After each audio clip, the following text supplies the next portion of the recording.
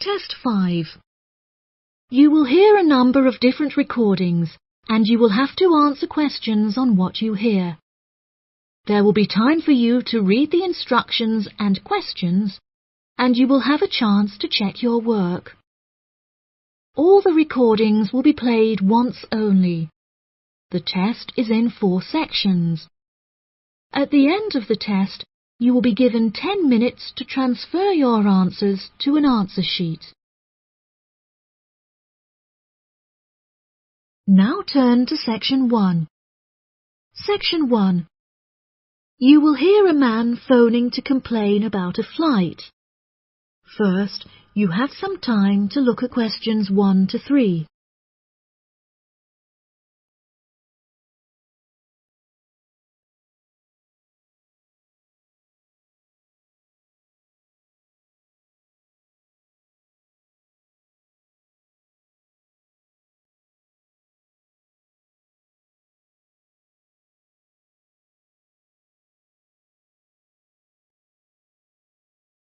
You will see that there is an example that has been done for you.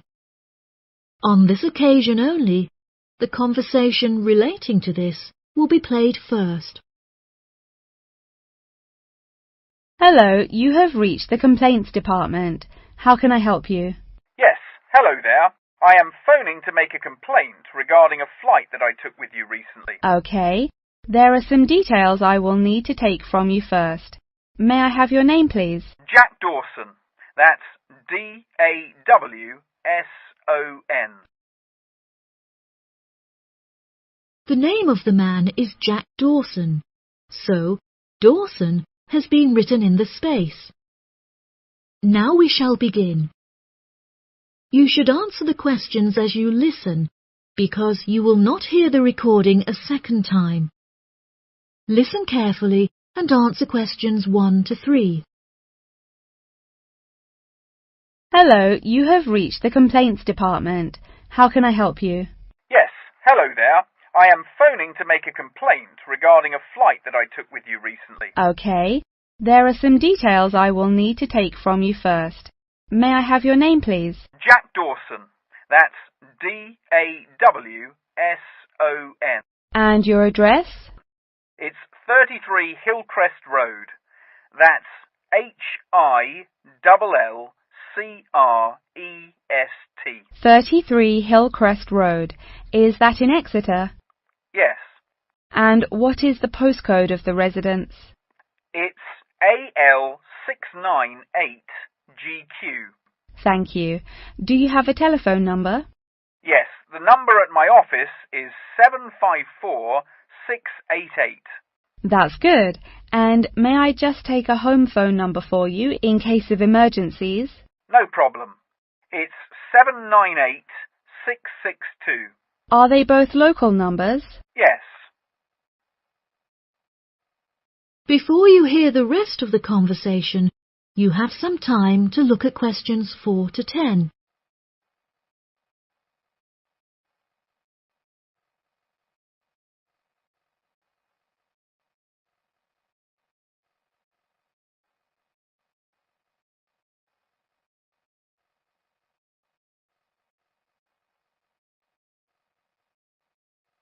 Now listen and answer questions 4 to 10. Okay, great. Thank you for your patience. Now, what is the nature of your complaint? I'm phoning to complain about a flight I took recently. I always take certain measures to ensure that I will be comfortable. For example, I always pay the additional cost for extra legroom, and I always arrive punctually for the flight to make sure that I'm seated beneath an air conditioner. Unfortunately, I was disappointed to find that the air conditioning on the plane was broken, so I spent the entire flight in discomfort as it was too hot and the air was stuffy. I see. I do apologize for this fault with the air conditioning. Now, while I have you on the phone, would you mind answering a short questionnaire regarding your recent flight? Sure. Okay, let's get started. What did you think of the food that was served to you during the flight? I thought that it was inexpensive and quite delicious. However, I was still very hungry afterwards, as it was a very small portion and more of a snack. Providing a snack for lunch is not reasonable. Okay, I have noted that down. What was your opinion of the quality of service that you received from our staff on board? The staff was very helpful, but each time I pressed the button to request service, it took a long time for a staff member to arrive. I found this frustrating, as there just weren't enough staff on board the flight to be able to serve all the customers. Okay, that's great. Thank you very much for answering those questions. Are there any other parts of your travel experience that you would like to comment on? Yep. The process of moving through security was very quick and helped to make my travel experience stress-free. Okay. Do you have any extra comments on the services you received during the flight? Yes, I thought that the seats were very uncomfortable and looked very old. They were also in need of repair, as the reclined feature on my chair was broken, so I could not go to sleep for the whole flight. Luckily, the entertainment facilities were very good, so I was able to distract myself by watching movies. Thank you so much for taking the time to answer all of my questions. We would like to offer you some gifts as a goodwill gesture, with a 20% discount on the cost of your hotel stay. We also appreciate that international calls to your home country can be expensive, and we are sure that you would like to keep your family updated on your travels. So please accept a phone card, which has a credit of £20. Oh, that's really great. Thank you so much for the gifts. No problem. We look forward to having you travel with us again soon. Have a fantastic vacation. Thanks. Bye. That is the end of section 1. You now have half a minute to check your answers.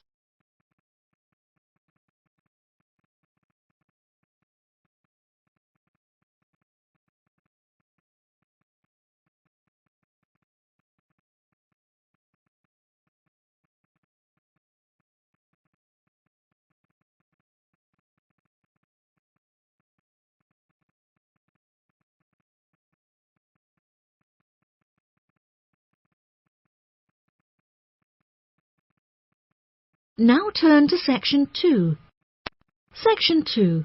You will hear part of a talk given by a member of staff at a car rental company. First, you have some time to look at questions 11 to 16.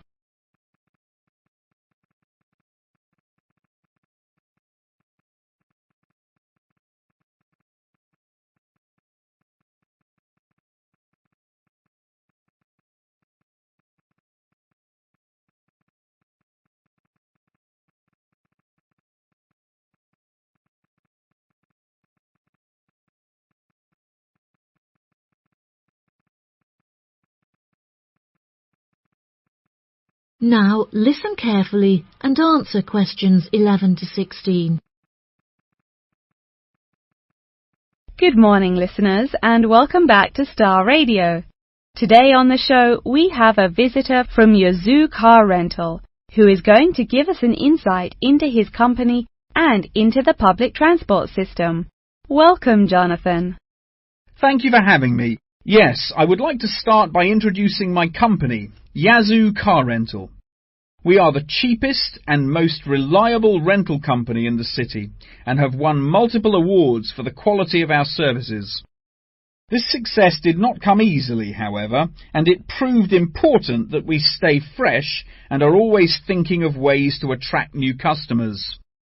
Our first attempt to do this was to offer a free gift with every car rental, which we were confident the customers would be very interested in. The offer of a free Hoover with each rental, however, did not attract any new customers, so we quite quickly stopped offering it. In 2002, a new taxi company opened next door to us, and we started losing a lot of business to them. So we introduced an offer that we hoped might compete with their service. We offered a new package where you could rent a car with a driver for a small extra fee. By introducing this offer, we found that all of our customers preferred to drive the cars themselves. So again, this offer was unsuccessful in attracting more customers. Learning from these mistakes, we decided to offer a package service where the customer no longer had to come to our offices to pick up the rental car. Instead, we could drop off and pick up the car anywhere in the city to make the customer's experience a lot more stress-free. This offer was very popular and increased our profits by 30%. In order to attract a younger demographic, we updated the models of cars that we offered for rental. We began offering more trendy cars, such as minis and smart cars, that we thought might appeal to the younger crowd, and we also purchased them in more fun colours like reds and greens. This offer attracted some new customers of a younger age group, however, not as many as we hoped. Next, I decided to offer our services at a discounted price on our website, where it could be seen by thousands of people. I thought that this could be a great way to attract a number of new customers who would never have heard of us before, and it worked fantastically well. Following the success of the discount offer, we had so many customers that it became necessary to open a new branch of the company in the centre of the city. The cost of renting offices in the city centre was very high, so we hoped that our profits would justify this expensive decision. We made enough profit to keep our city centre offices open, but we had hoped for a greater increase in customer numbers. Before you hear the rest of the talk, you have some time to look at questions 17 to 20.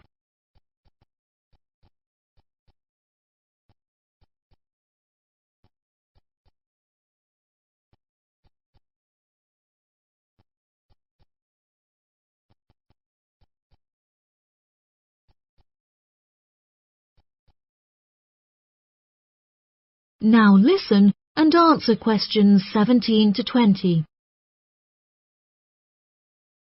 Now for the second part of my talk, which is on the topic of public transport. There are many benefits to public transport. For example, the recent introduction of bus lanes has meant that buses are now unaffected by traffic jams and are able to stay on schedule. Unfortunately, as fewer and fewer people are taking the bus nowadays, the service has become quite inefficient. This reduction in passengers may be due to the stories in the newspaper about the dangers posed to pedestrian safety by the buses. However, this is largely untrue, as buses are responsible for far less pedestrian-related accidents than cars. I use the bus service often, as car petrol is so expensive nowadays that the bus is far more affordable. However, if I am in a rush, I prefer to take a taxi, as they tend to get you to your destination very quickly, so you can remain punctual for your appointments. I also very much enjoy flying to my destinations, as the service is incredibly fast and the airports are always very easy to find. Personally, my favourite mode of transportation is the bus. Due to the lack of people using the service, I have found that the buses are never overcrowded, so there is always a seat available. They are also never dirty, as they get cleaned regularly. However, I have found that sometimes the bus can be over a half hour behind schedule, which can be very frustrating. There has been a lot of fluctuation in the price of bus tickets in the last couple of years. In the past, £1.80 for a ticket was enough to sustain the bus companies. However, as the price of fuel increased, so did the ticket prices. Now the ticket prices are declining as the bus companies try to encourage more people to use their service again. Well, that's all from me today. Thank you for listening. That is the end of section 2. You now have half a minute to check your answers.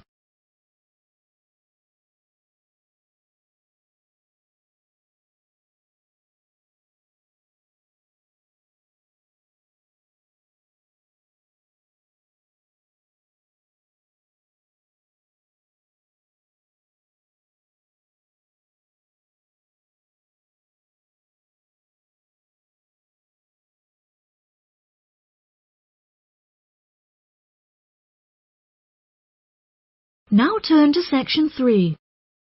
Section 3. You will hear a conversation between a student and her professor discussing an assignment.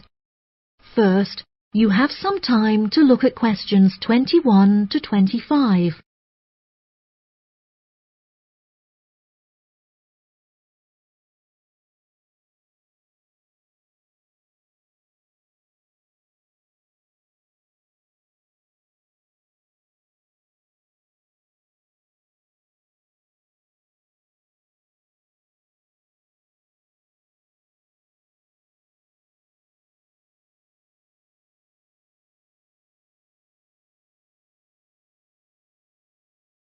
Now listen carefully and answer questions 21 to 25. Excuse me, Dr. Thompson. May I speak to you for a minute? Of course. Please come in. I'm Alexandra Jones. I'm studying business here at the university, and for my assignment I have to carry out a survey of people who own their own organizations. I heard that you are the founder of your own company, and I was wondering if I could ask you some questions about it. Yes, of course. Please fire away. Okay, great. We'll get started. Did you encounter any problems whilst you were starting your company? Actually, it was not as hard as I anticipated. I started out with very clear objectives, so I knew exactly what I wanted my corporate identity to be. It was very difficult to find the correct premises, as the property market in London is so competitive, but eventually I found the perfect site. The hardest part was structuring the business, as I had no formal template, so I had to create it myself. Yes, that is very impressive. Was it difficult dealing with staff? It's always tricky trying to satisfy a group of people with varying interests. However, I didn't encounter many problems. I found it very important to make the staff feel appreciated.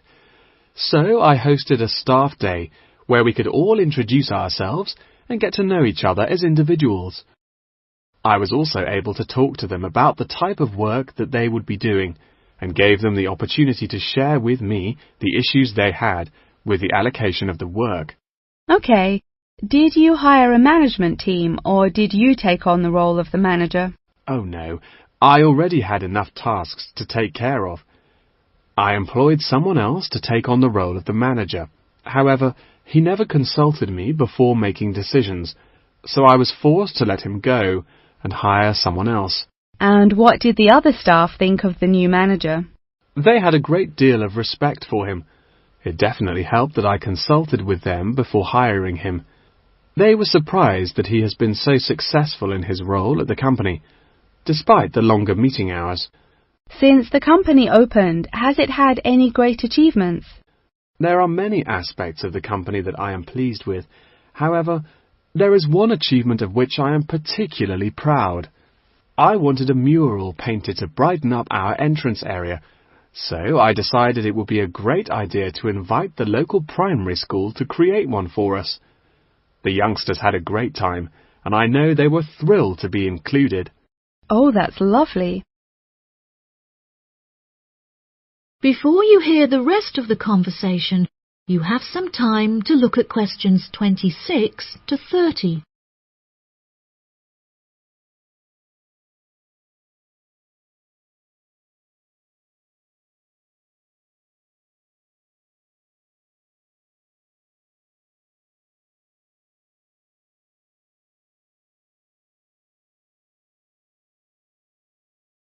Now listen and answer questions 26 to 30. Have you encountered any major problems since you opened the company? Yes, we are always encountering issues with employment because it is very hard to find people who are qualified for the roles that we are offering. But unfortunately, there is no solution to this. One of our administrators also recently left to go on maternity leave, which put us in a tricky situation. However, we have managed to find a temporary replacement for her. It's also now approaching the period when we must carry out our financial training, so I need to find a venue with enough space to hold everyone. It will be interesting trying to organize that event. Oh gosh, I can imagine. I find it hard enough to organise myself. Organisation is a difficult thing to master, but it is also essential for success. Whilst I was learning how to stay organised, I realised that the role of motivation is essential. OK, that's great. I also suggest that you visit the library, as there is a section on culture that will have some very valuable material on how to develop your organisation skills. OK, I'll head to the library when we're finished. I think you will find it very useful. They also have a collection of documentaries on the subject of personal organisation, and I suggest that you look up the literature on management of change. I personally found these sources incredibly useful. Articles are also a valuable resource, and we have a whole collection of them in our university library. I advise that you look at Section 2, where you will find articles on the nature of volunteering. That's great. Thank you so much for your help. No problem. That is the end of Section 3. You now have half a minute to check your answers.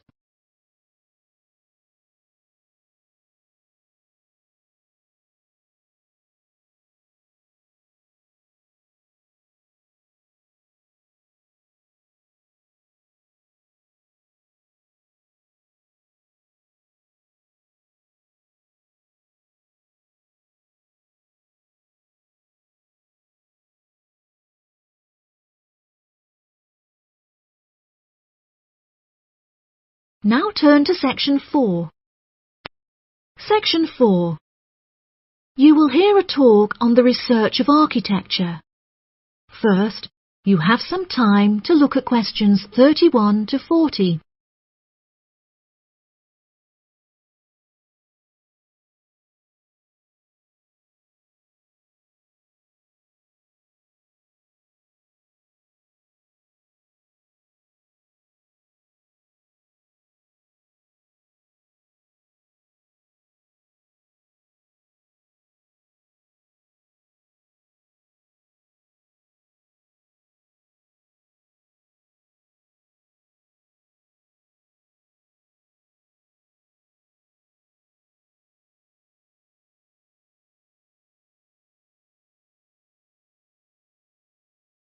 Now listen carefully and answer questions 31 to 40.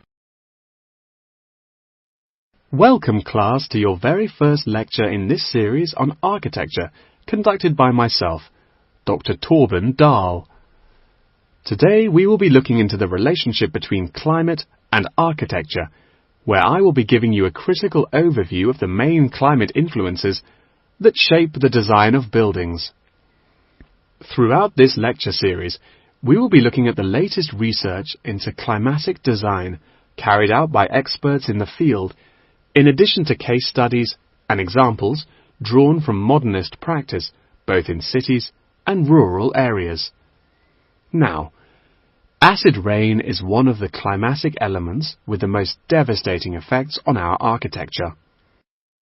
The chemicals in acid rain can cause paint to peel, corrosion of steel structures such as bridges, and erosion of stone statues. Since the 1970s, our government has been making great effort to reduce the release of these chemicals into the atmosphere, with positive results. Private organisations have also been raising awareness and funds, and recently received a huge donation from the bank. It is interesting to look at the studies that have been carried out into the effects of acid rain at varying altitudes. Research has shown that there are lower levels of acid in the damaging pollutants at higher altitudes, meaning that skyscrapers are much less vulnerable to the negative effects, as they are exposed to acid rain with far lower levels of damaging pollutants. Recently, the ALTA project was founded to carry out further research into acid rain. This project is directed towards studying the effects of acid rain on old, traditional buildings of stone construction that are vulnerable to damage caused by acid rain. Masonry is particularly vulnerable, as it is easily corroded and weakened by the acidic chemicals.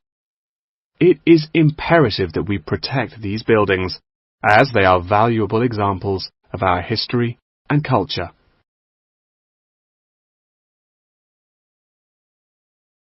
Pollution is one of the main sources of concern in the present day. The construction industry contributes considerably as a source of pollution in its day-to-day processes of creating building materials such as concrete and glass. However, more new sustainable methods are being developed to counter this. A recent case study for this is Sky Tower, whose windows have been made from recycled glass to prevent pollution from the glass-making process. Water is the most problematic element to be considered in construction. It is imperative that construction elements, such as the insulation, are fitted into the building in dry weather to prevent it from getting wet. This makes winter an undesirable season for construction, as the heavy rainfall can have adverse effects on the building. Another climate type that has an enormous effect on buildings is humidity. Constructions made of steel and stone are largely unaffected by humidity. However, it can have a serious effect on wooden constructions if the timber has not been correctly treated. Moisture from the air can condense in the grain of the wood, which then swells and shrinks in proportion to the magnitude of change in its moisture content. This variation in size can have disastrous consequences. In areas of the world that are prone to earthquakes, certain design and environmental conditions are preferable for protecting buildings in the event of a tremor. Engineers have come up with numerous building procedures to help minimize shaking in buildings. For example, tall buildings have height restrictions and counterweights, and multi-story buildings have reinforced floors and walls. Ground conditions are a cause for worry in many constructions, as often the soil is of the wrong density to protect the foundations. Luckily, technology has now been developed that can help to minimize damage by earthquakes. Seismic sensors can give prior warning when an earthquake is about to happen, so that preparations can be made to protect both the people and the buildings from harm. The movement of building structures can now also be measured and monitored over time by architects. It has been expressed by architects within the design community that it would be valuable to be given special courses for designing buildings within earthquake zones. Guidelines are also expected to be produced by the government in the near future that will give architects a universal checklist to follow. That wraps up the lecture for today. Please remember that attendance is mandatory. That is the end of section 4. You now have half a minute to check your answers.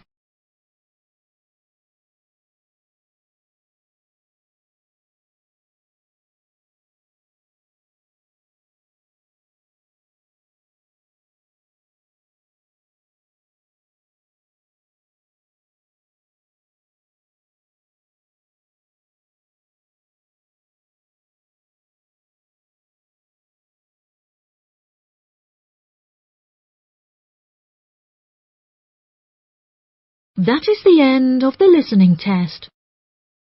In the IELTS test, you will now have 10 minutes to transfer your answers to the answer sheet.